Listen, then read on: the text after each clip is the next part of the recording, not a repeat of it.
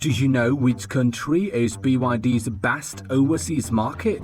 Brazil, the land of samba. In 2025, BYD sold more than 110,000 vehicles in Brazil, up 47% year-on-year. Among all new car brands in Brazil, it ranked 7th. That number may not mean much on its own, so let me put it another way. In Brazil's battery electric vehicle market, 7 out of every 10 cars sold are BYDs. In the plug-in hybrid market, 5 out of every 10 cars sold are BYDs. In other words, when Brazilians decide to buy a new electrified car, there is a very good chance that they end up having a BYD.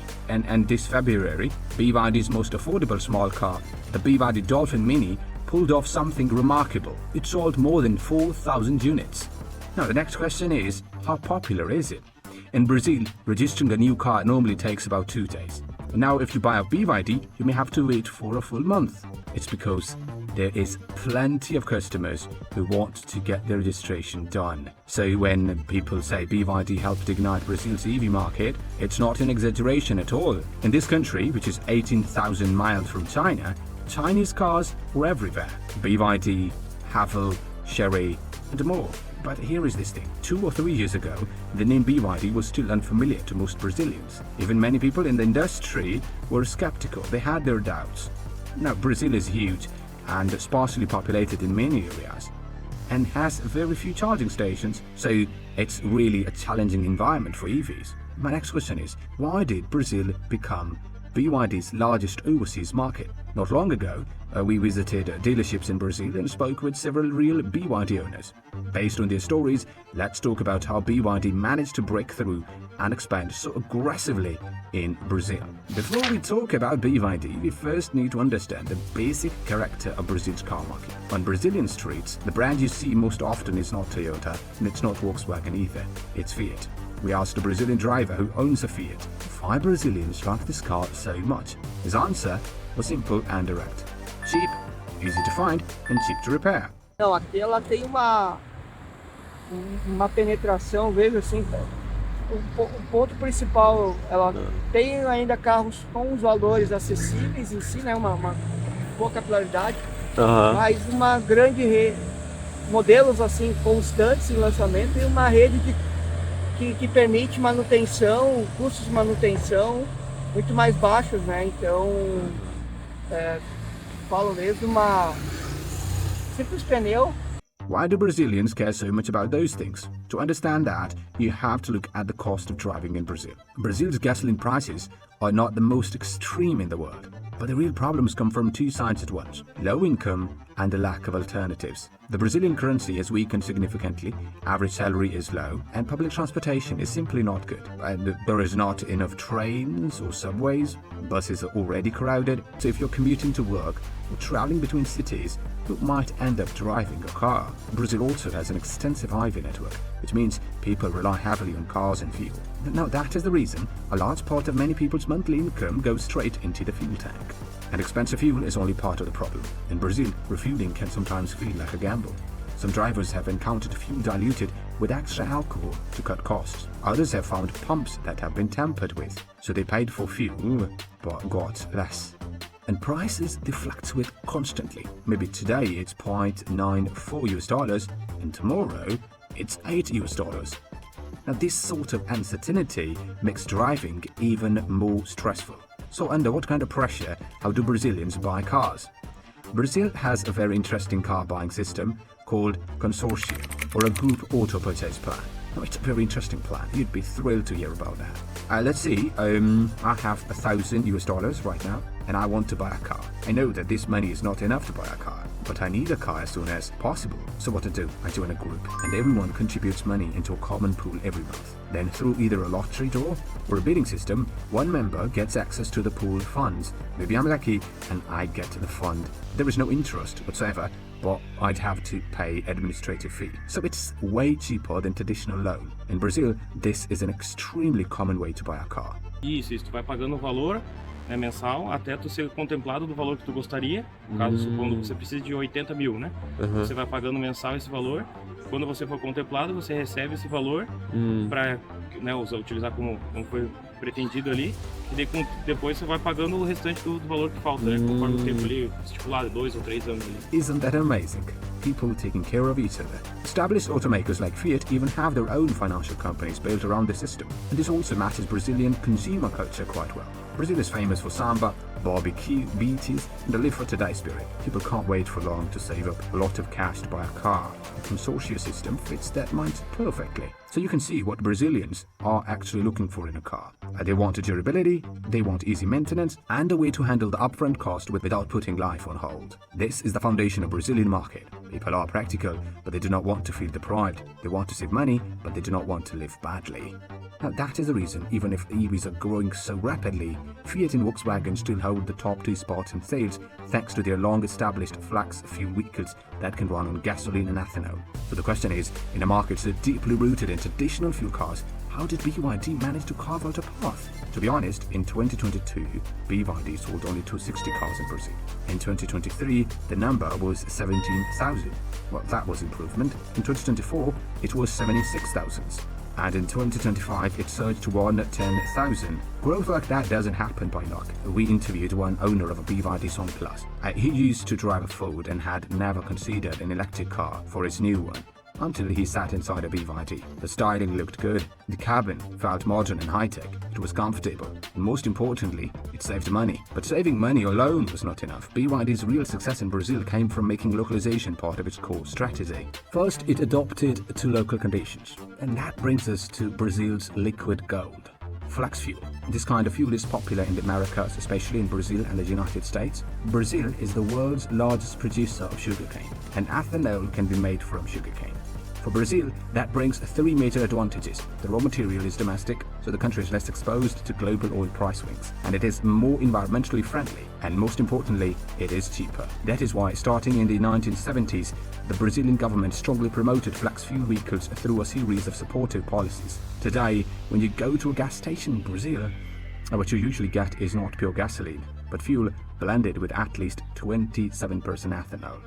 In 2025, out of 2.5 million new vehicles sold in Brazil, flex fuel vehicles accounted for 74%, and that means 1.9 million units. Diesel and gasoline-only vehicles combined made up less than 15%. Now it creates a technical requirement for automakers. Engines must be able to run on this kind of mixed fuel. That is why almost every brand selling cars in the Americas has had to develop its own flex fuel engines, including Ford, Toyota, and Stellantis. BYD understood this clearly. If it had focused only on pure EVs, it would have struggled to fully fit into the system. So BYD quickly adjusted course and developed a flex fuel hybrid powertrain that can run on any gasoline-ethanol blend. The BYD Song Pro, produced at its Brazil plant, uses exactly that setup. You can drive it without charging at all, just like a conventional fuel car, fill it with low-cost flex fuel, and still get better efficiency than a traditional gasoline vehicle. Second thing is, BYD put real money into local manufacturing. Last June, BYD's factory in Camaçari, Brazil, officially started production. This site used to be a Ford plant that had operated for more than a century. When Ford shut it down in 2021, around 9,000 jobs disappeared. So BYD came in and revived the industrial zone. It created 15,000 jobs. And on the day the production began, Brazilian President Lula da Silva attended in person and watched a brand new BYD Song Pro roll off the line. He said something that left a strong impression on me. BYD's arrival has restored the dignity of the people of Bahia. That is a powerful statement. It tells you just how much this investment meant. Of course, BYD's journey in Brazil has not been smooth all the way. The owners we interviewed had plenty of complaints. The first issue was charging. One woman who drives BYD Dolphin Mini lives in an apartment building. She wanted to install a home charger, but her building manager flatly refused. Existe. Os prédios mais antigos existe uma resistência muito grande e eu não sei se existe também uma limitação de não poder fazer isso com segurança também. Eu acho que teria que fazer uma alteração muito grande e eu não sei se vale um investimento, né? Para determinados prédios não valeria.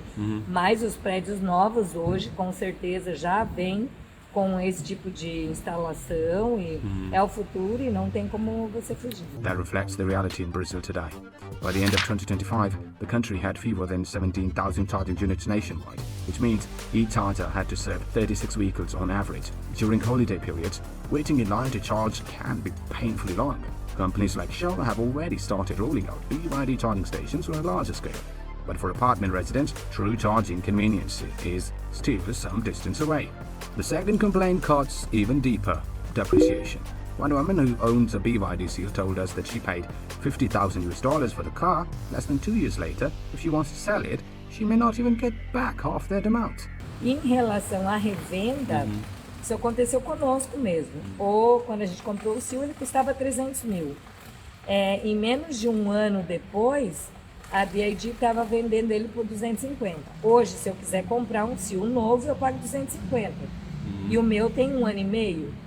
Né? Então a gente realmente, 1 ano e meio ou 2 anos agora, sei lá, não lembro agora, mas a gente vai perder muito dinheiro. A gente entende a desvalorização, então ele custou 300 e aí para eu vender eu vou, não é a tabela FIP, porque a tabela FIP para você vender você tem que baixar, a própria BYD recompra ele por 20%. Aí a gente vai ter metade do valor do carro. A gente tem menos de 2 anos, então nós perdemos metade do valor do carro, literalmente. Então, isso não é comum em outras marcas no Brasil? Não é comum. A gente perde, todo mundo sabe, saiu da concessionária, perde 10% do valor, mas você perde, sei lá, perderia 15% a 20% no máximo do valor de um outro carro conceituado, quando você paga 300 mil no carro. Não iria perder 50% como a gente está perdendo. Why has depreciation been so severe? The answer is simple: official price cut. Aside from hugely successful Dolphin Mini, BYD has also made significant price cuts in Brazil on models such as Dolphin, Tang EV and Shark pickup. The BYD Tang EV, for example, was officially reduced from $97,000 to $73,000, a drop of more than $24,000, or roughly 160,000 yuan. When a new car prices are slashed like that, it is inevitable that used car values will suffer. Another headache for Brazilian BYD owners is after-sales service. Na verdade, a gente é muito novo, nós fizemos 1 ou 2 revisões só, mas mesmo assim a gente viu que eles venderam com revisão inclusa. Só que a revisão inclusa, ela tem um tão básico que você é obrigado a fazer um serviço para você ter uma geometria e um balanceamento que seria básico para sua segurança. E para mim já deveria estar incluso nessa revisão que eles venderam para a gente com o carro, incluso 5 anos de revisão. Então é incluso, mas não é bem assim, né? E também, se você tiver qualquer dano ou avaria com o carro em relação à lataria, se você não foi uma experiência que nós tivemos, mas foi com o nosso cunhado que teve, se você não fizer com eles, você vai ter que... você perde a sua garantia. E fazendo com a própria concessionária é caríssimo. É muito fora do preço de mercado. Nós entendemos o custo da concessionária, mas entendemos também que cobrar tipo 5, 6 vezes além de um preço de mercado também não é legal pra gente. Se você não faz, perde garantia.